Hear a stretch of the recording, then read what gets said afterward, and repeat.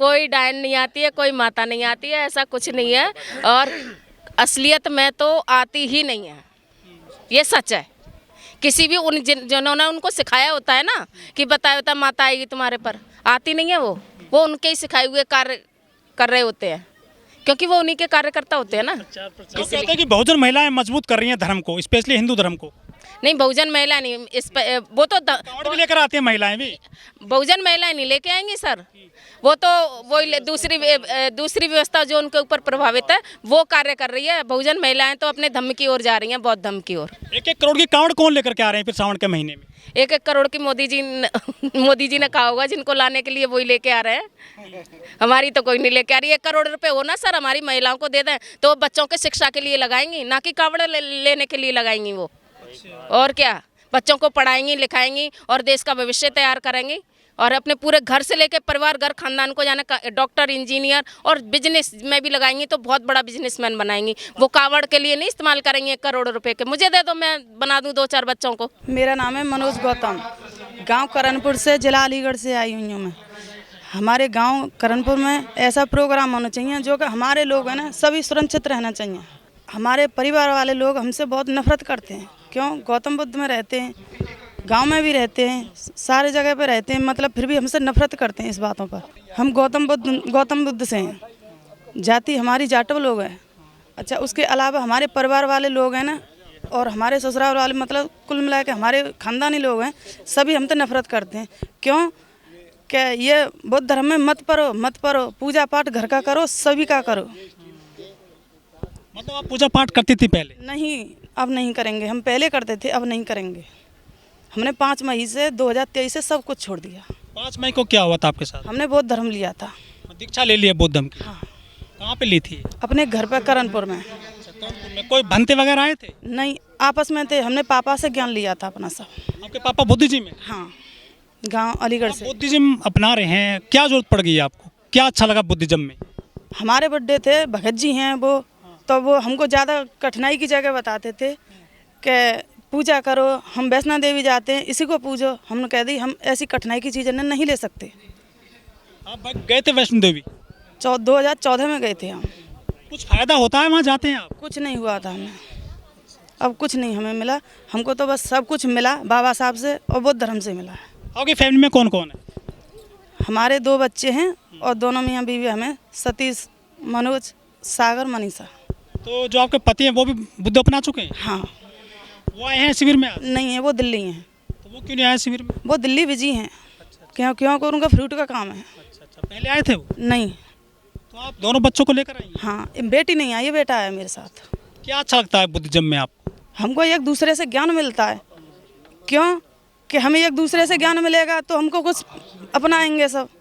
हमारे परिवार वाले इस तरीके से अपना वो भी देते हैं, बाबा लोग हैं जो वो भी मंदिरों में पूजा पाठ करते हैं, वो आरती करते हैं, वहाँ भी तो ज्ञान मिलता है। वो पैसा वालों को अंदर रखते हैं, गरीब लोगों को बाहर रखते हैं। कहते हैं कि यहाँ पर आओ, दान कुछ करो, दान कुछ करेंगे, वो लाएं हमसे लेंगे, गरीबों को देंगे नहीं, अपने को रख लेंगे।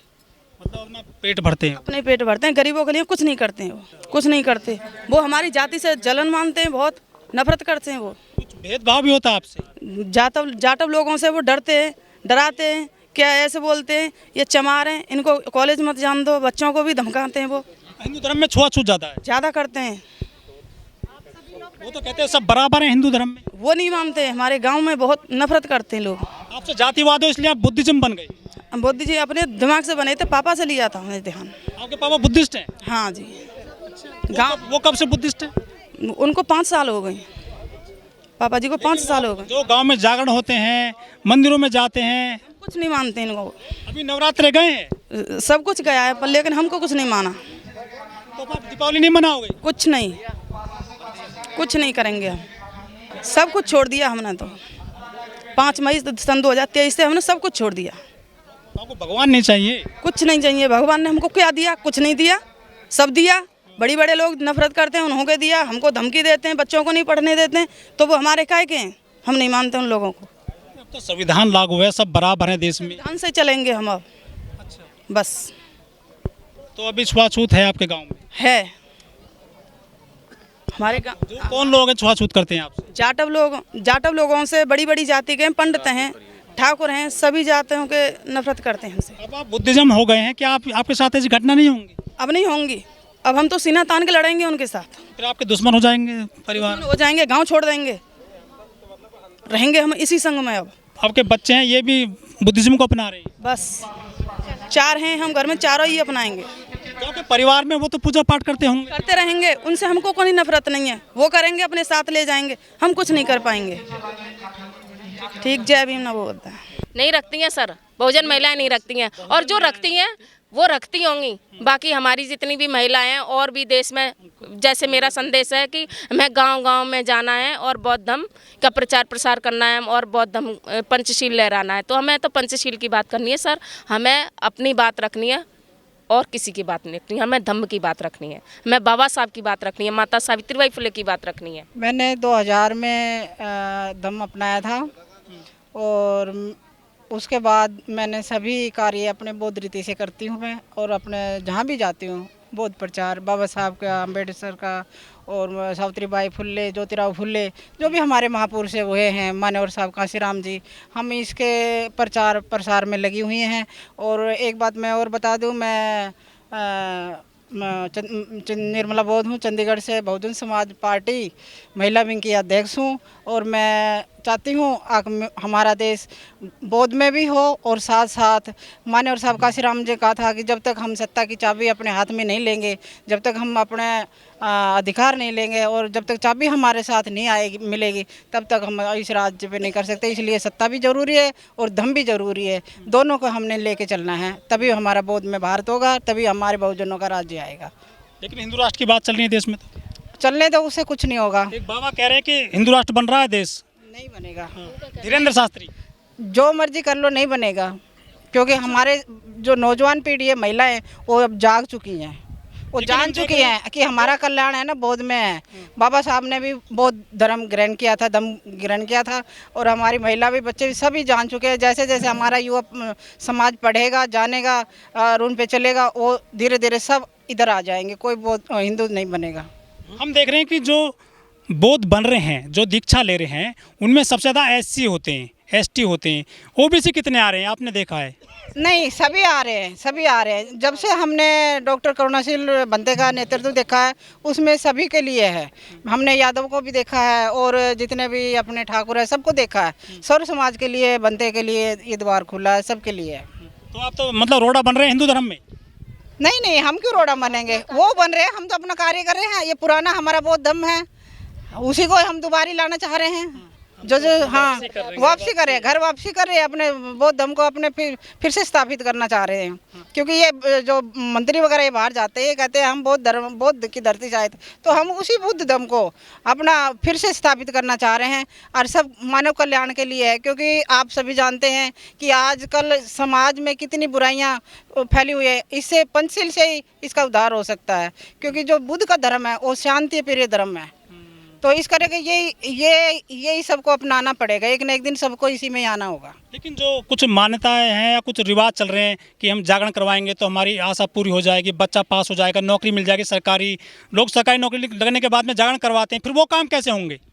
नहीं नहीं, वो काम क्यों होंगे, वो तो बंद हो जाएंगे। वो जागरण जुगरण से तो कुछ होता नहीं है, वो तो हम पढ़ाई करेंगे तभी होएगा ना। जब हम पढ़ेंगे नहीं तो हम कैसे हो जाएंगे? हम अपनी बुद्धि का, विवेक का इस्तेमाल करेंगे। हाँ, मतलब वो तो कहते हैं कि सब कुछ भगवान के पास है। नहीं नहीं नहीं, कोई भगवान के नहीं। जब हम मेहनत ही नहीं करेंगे तो भगवान क्या कर लेगा? हम मेहनत करेंगे जब ही होएगा सब कुछ। साइंटिफिक टेम्परामेंट जो होता है बुद्ध में, क्या वो हिंदू में नहीं होता है? नहीं नहीं। जी सर, बुद्ध में भगवान बुद्ध का जो धर्म है पारदर्शी है, एकदम आर पार देख सकते हैं। जैसे मैंने जो कह दिया कि पानी है तो पानी है, तो आप मेरे कहने से मत मानिए, आप उसको चेक करिए। पानी है तो पानी है, आप पहले खुद जानिए फिर मानिए। बुद्ध ने कहा है पहले जानो फिर मानो। मैं तो 30 साल 40 साल से इसी को बौद्ध धर्म को ही अपनाती हूँ। यहाँ दूसरे वाले बाबा हैं, ठीक है, मैं अपने बौद्ध धर्म से कभी नहीं हटूंगी। चीवर पहने हुए बाबा हैं, वो नहीं है दूसरे वाले। अच्छा ठीक है, मैं तो अपने बौद्ध धर्म से क्या समझती हो, क्या अच्छा लगता है बुद्ध धर्म में? ये हमारे बाबा साहब ने हमको सभी संविधान दिया। औरतें जाती थी पानी भरने के लिए तो चूड़ी बिछे कर उतार देते थे, कहते थे ये पहन के आई है मेरी सुसरी, ला तेरे के चूड़ी फोड़ दूं, ला इसकी बिंदी छुटा दूं, इसके कपड़े पहन के आई, कुएं पर पानी भरते थे। पाखंड है, जातिवाद बहुत ज्यादा। हमारे बाबा साहब ने ये सब छुआछूत खत्म कर दिया। जो आज हम चल रहे हैं, रोड पे चल रहे हैं, बसों में चल रहे हैं, घरों में चल रहे हैं, उन्हीं की संविधान है। लेकिन बाबा साहब की प्रतिमा तोड़ देते हैं लोग बाग। वो उनकी मर्जी है। नवरात्रे तो रखती थी मैं पहले, साथ उससे लड़के बच्चे होने से पहले। अच्छा, उसके बाद आपने अब छोड़ दिया? हाँ, अब छोड़ दिया। अब बुद्ध की क्या क्या चीज अच्छी लगती है आपको? बुद्ध व्रत करके आई थी, अभी व्रत खोल के आई हूँ। बच्चे हैं छोटे छोटे, वो कुछ अपना रहे हैं? हाँ, छोटे छोटे बच्चे हैं, 4 पोते हैं, 2 पोती हैं, 2 लड़के हैं, 1 बेटी है, 1 देवता। वहाँ कब जाओगी फिर अब, वहाँ वैष्णो देवी? नहीं, मैं नहीं जाती। आपने जो पंचशील बताए हैं ये तो बहुत कठिन है, ये कैसे कोई मतलब इनको पूरा कर सकता है? सर, भगवान बुद्ध ने बताया बैलेंस लेके चलना। हमें बहुत चीज़ें ऐसी होती हैं गृहस्थ में भी, समाज में भी, कि हमें सच भी नहीं बोलना और झूठ भी नहीं बोलना। बीच का मार्ग बताया ना भगवान बुद्ध ने, मध्यम मार्ग बताया है। तो मध्यम मार्ग एक ऐसा मार्ग है जो कि हम दोनों बैलेंस बनाते हुए अपने कार्य जीवन शैली को आगे चला सकते हैं, अपने जो जीवन को। प्रतिज्ञा है 22 वो भी बहुत कठिन बताई गई हैं बाबा साहब ने जो ली थी। सर, कहाँ कठिन है? चोरी मत करो। किस सब कर रहे हैं आजकल। कौन कर रहा है चोरी? हम तो नहीं कर रहे ना। दारू पीते हैं कई बार दिन में, फिर रात को कहते हैं बुद्धिज्म में। कौन नहीं कहते? जो जिसने असलियत में बुद्ध धर्म ग्रहण कर लिया ना सर, वो कभी भी चोरी नहीं करेगा, नहीं करेगा वो सर, करता भी नहीं है। और असलियत में उन्होंने जो आप बता रहे हो उन्होंने किया नहीं होता ना बौद्ध धर्म ग्रहण। तो कैसे बन पाएंगे फिर बुद्धिस्ट लोग? इतनी कठिन आपकी प्रतिज्ञाएं हैं। बिल्कुल भी कठिन नहीं है। अपने घर के जो बच्चों की शादी ब्याह करते हैं बौद्ध धर्म से करिए, मत करिए इतना करोड़ों रुपए का खर्चा, उसे अच्छे उस पर शिक्षा पे लगाइए बच्चों को। जो बच्चे जो भाई हमारे समाज के गरीब होते हैं, हमारे समाज या किसी भी समाज के, शिक्षा सबके लिए बराबर है, उस पर खर्च करिए, बचा के करिए। मैं अपने बेटे की शादी करूँगी बहुत साधारण तरीके से करूँगी, और मैंने किसी पंडित वगैरह से किसी ने नहीं, हमने खुद बैठ कर डेट अपनी डिसाइड की है। मतलब वो नहीं दिखवाया अपने नक्षत्र? कोई पत्रा वत्रा कुछ नहीं दिखवाई, ना किसी पंडित को बुलाया। मेरी पूरी फैमिली ने बैठ के डेट डिसाइड की। Saturday Sunday, Friday Saturday Sunday रखते हैं। फ्राइडे को सभी रिश्तेदार आ जाएं और सैटरडे को कार्यशैली करें और संडे को अपना समापन करके सभी अपने अपने घर जाएं, अपना कार्यशैली करें। लेकिन कुछ लोग ऐसे मंच पर तो कह देते हैं कि हम अम्बेडकरवादी हैं, लेकिन उनके घर में छोटे छोटे मंदिर बने हुए हैं। बहुत कम बने होते हैं, और वो अभी थोड़ा समय लगेगा। सभी किसी भी कार्य को करने में समय लगता है, मतलब बदलाव में टाइम लगेगा, थोड़ा धीरे धीरे होता है ना, एकदम से तो सब कुछ नहीं हो जाता ना। अभी कह दे के आसमान नीचे उतर आए तो नहीं उतरेगा, उसके कुछ प्रोसीजर है वो पूरे करने पड़ते हैं ना। मैं एक बुद्ध गीत सुना रही हूँ जो कि उसमें सारा सार आ जाएगा बुद्ध ने क्या बताया है। पंचशील के ऊपर आधारित है। आप सभी को जय भीम, नमो बुद्धाय। मैं मंजू गौतम, चंडीगढ़ पंचकुला से। सुनिए जरा ध्यान से। बुद्ध से बुद्धि मिली, कबीर से मिला ज्ञान, ज्योतिबा फुले से ज्योति मिली, बाबा से मिला संविधान। शिक्षा से अनजान तो कैसे बनेगी पहचान, शिक्षा से अनजान तो कैसे बनेगी पहचान। पूरा करना हो ख्वाबों को तो रखना साथ किताबों को, रखना साथ किताबों को। गीत के बोल है मेरे, बुद्ध शरण में आना। अयो अयो रे भाई तुम बुद्ध शरण में आना, तुम धम्म शरण में आना, मेरे भाई तुम बुद्ध शरण में आना। पहला शील हिंसा न करना, पहला शील हिंसा न करना, मानव को न कभी सतैयो। अयो अयो रे मेरे भाई तुम बुद्ध शरण में आना, तुम धम्म शरण में आना, तुम संघ शरण में आना। दूजा शील चोरी मत करना, दूजा शील चोरी मत करना, ईमान कभी न डिगाना, तुम बुद्ध शरण में आना, तुम धम्म शरण में आना।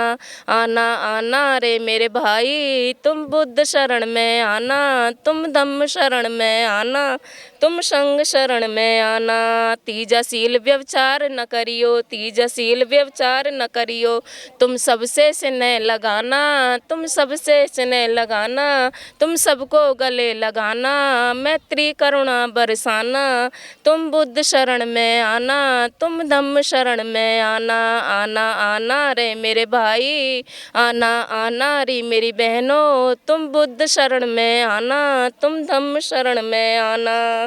चौथा शील तुम झूठ न बोलियो, तो चौथा सील तुम झूठ न बोलियो, चुगली कभी न करना, तुम सत्य वचन तुम कहना, आना आना रे मेरे भाई, तुम बुद्ध शरण में आना, तुम धम्म शरण में आना, तुम संग शरण में आना। पांचवा सील नशा मत करियो, पांचवा सील नशा मत करियो, पांचवा सील जुआ मत खेलियो, पांचवा सील जुआ मत खेलियो, आना ये तुम बच जाओगे बर्बादी से मेरे भाई, तुम बुद्ध शरण में आना, तुम धम्म शरण आना, तुम संग शरण में आना। जय भीम, नमो बुद्धाय आप सभी साथियों को।